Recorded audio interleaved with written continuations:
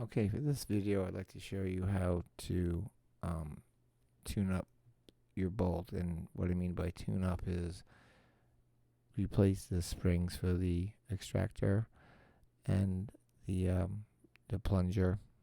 Okay,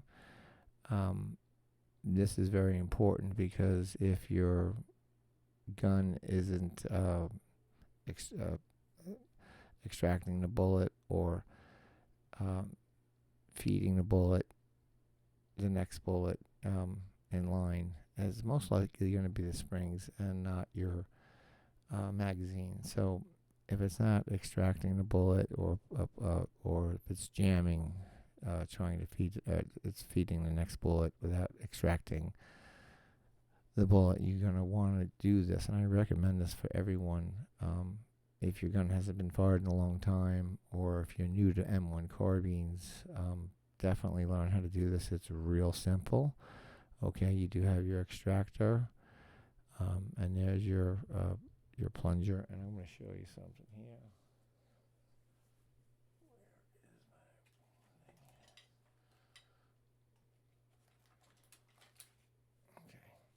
Okay, and real quick, we're going to go ahead and look right at this here. This is the M1 carbine. It's for the M1, M1A1, M2, and M3. It's the Department of the Army Technical Manual. And this is what we're going to go ahead and do. It's the bolt assembly. And you're going to want to replace the plunger spring and the ejector spring. Okay? Those are two very important parts. The ejector spring, if it's not ejecting the bullet properly, or if it's not extracting properly, but these springs wear. And if you just got an M1 carbine, I would just suggest go ahead and you can buy them online anytime, anywhere. You can get them still in the unissued packs, which I find often. So let me show you how to do this, and it'll make the world of difference for your M1 carbine. Okay, and it doesn't matter if it's a round bolt or a flat bolt. It's the same. Say we're going to use a flat bolt. So here is the bolt tool. Very simple tool. Okay, what you're going to need is that, and you can buy that on eBay. I use a punch because when you remove the extractor, you're going to be pushing it out from that hole from behind. And I also like to use a dental tool, which I bought at my local flea market, to get the extractor spring out because it's tiny. So let's go ahead and start. Let me just demonstrate how to use this. So let me go ahead and explain how this tool works. You have the top part here, which rotates, and you have a forked side, and you have it's like a small flathead screwdriver. What we're going to use first is that flat side, not the fork side. And if you can see inside here, you have a little stud inside there. Okay, that stud is going to line up with the ejector, and it's going to depress that ejector. So when we put this in here, we're going to take that flat, like the flathead side. The flathead is going to be for removing.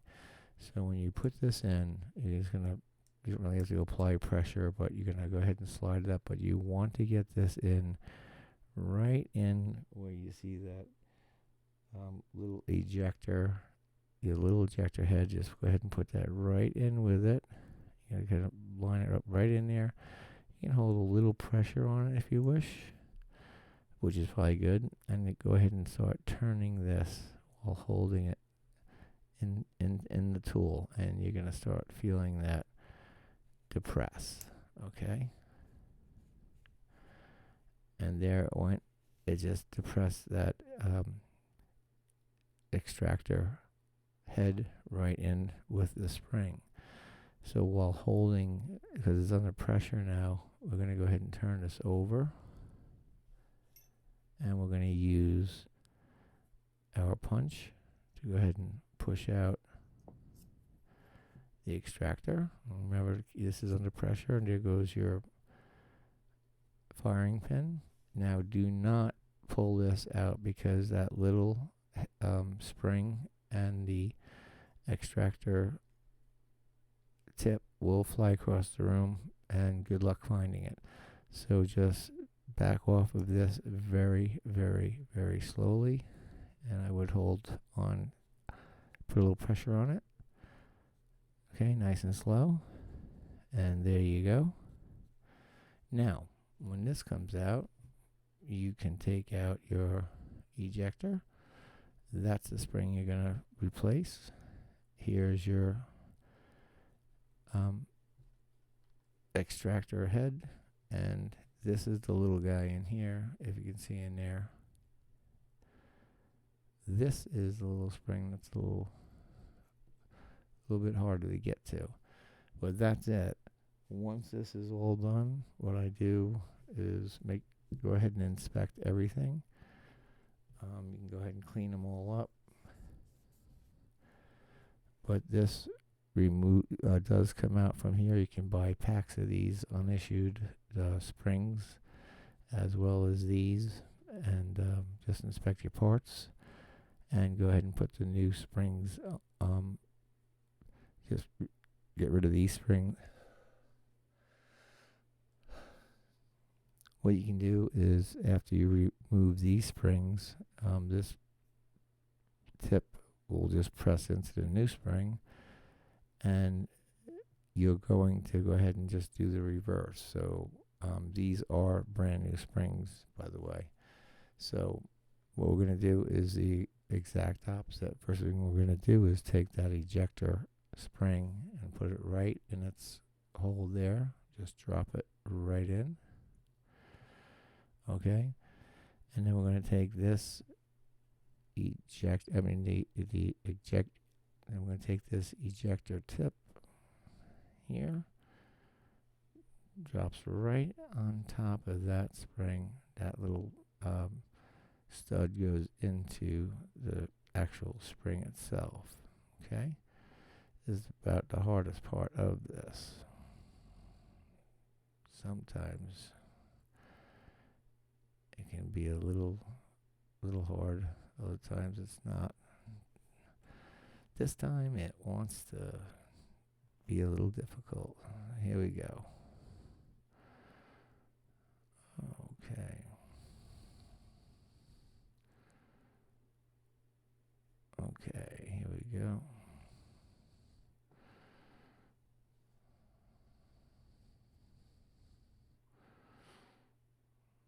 All right.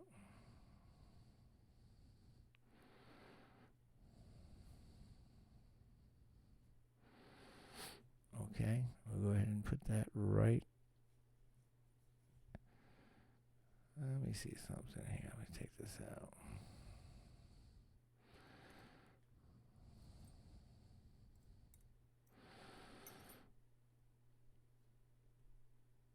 Okay, we're going to go ahead and drop this right in there. And she'll sit right all the way in. And then we're going to take this extractor tip, and it'll drop right in the top of there. Okay. And then we're going to make sure she stays in there. Okay. There we go. It's in there. So now we're going to go ahead and put this. We're going to put the ejector spring in. The ejector spring has a like a half moon cutout. If you can see right there, that half moon cutout, that needs to be in the down position, because when it goes in this hole here, you want to be able to, you want to be able to put the ejector in there when this is depressed, with that half moon clearing that hole. Okay, so keep that in mind. Okay, and the same thing with your firing pin. It also has that little cutout there. When you put this back in, it only goes one way. You'll see here, you'll see in the hole there, if I move it back, and so I bring it up here, if I bring it back, you see the little obstruction. You want it to be pushed up all the way, so the extractor here will go straight into that after we depress the spring. So now this time we're going to go ahead and use the forked side. There's the forked side, okay. Move this out of the way. There's the fork side, and we're going to do the opposite. Now remember that little head is kind of balancing on that spring. It sits in there, but you've got to keep it upright for reasons so it doesn't fall out. So here we are. We're going to go ahead and place it in here, and we're going to take that forked side and put it on. As we start to screw this up, we want that on the ejector tip. Okay.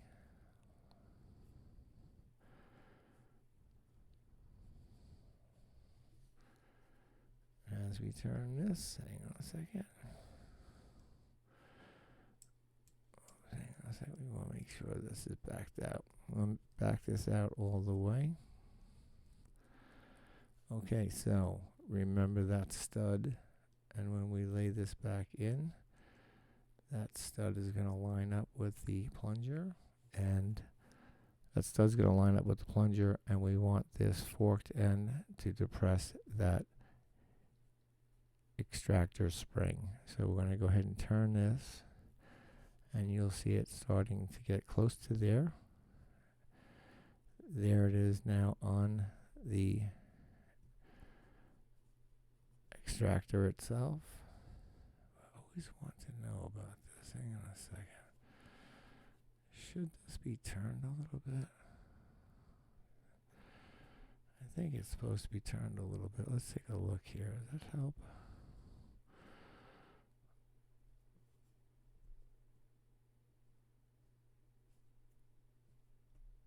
Or maybe it's supposed to be the other way. Maybe that is supposed to be that way. And drop that in.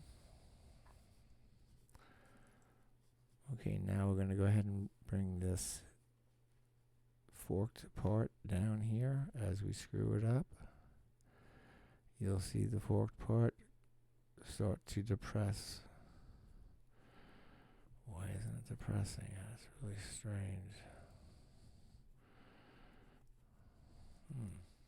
Why is that happening?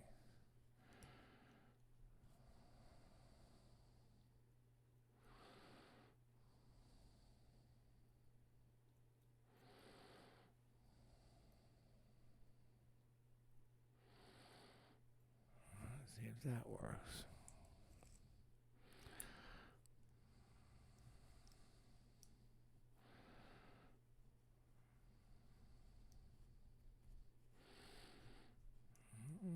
It's not there either. What the hell's going on with this? I wonder if that is supposed to go somewhere like that.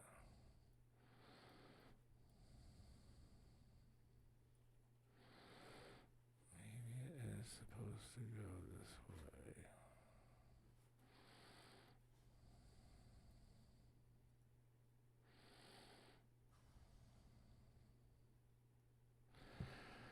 Alright, there we are. I think that's where it's supposed to go, like that. Let's see if that does it there. There we go. Is that it? No.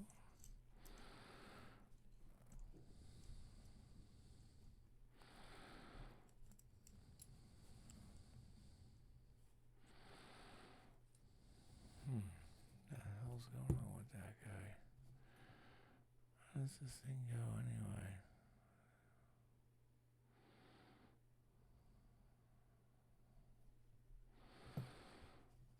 Does that go like that? So when that goes up, and we want this fork side. Let's see what happens here. You want that in, and that has to catch something like this.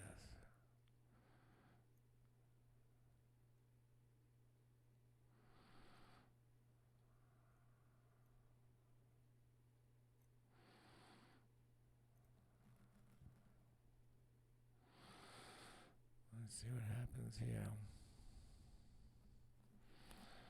There she goes, right? No?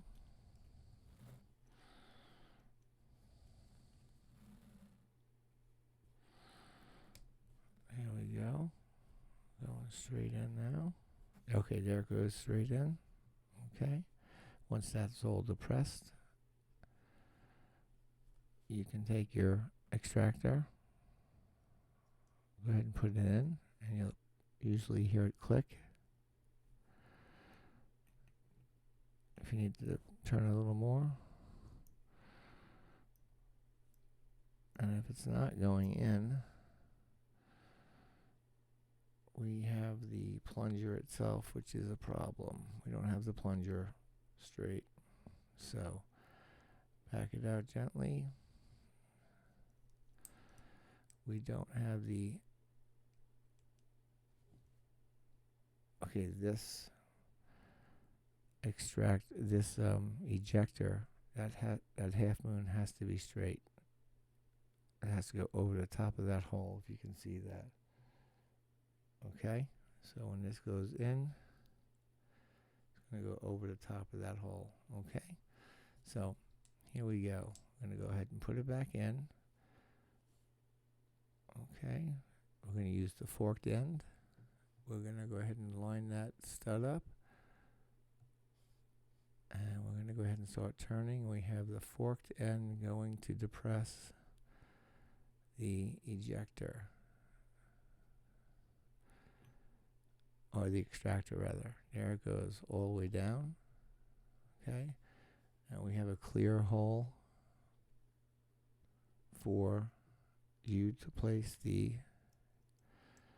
extractor. Fits right in there. And then we can just go ahead and back this out gently. And you can pull this out and lift this right out. And you should have your firing pin perfectly set. And you should be able to push your extractor a little bit with your finger.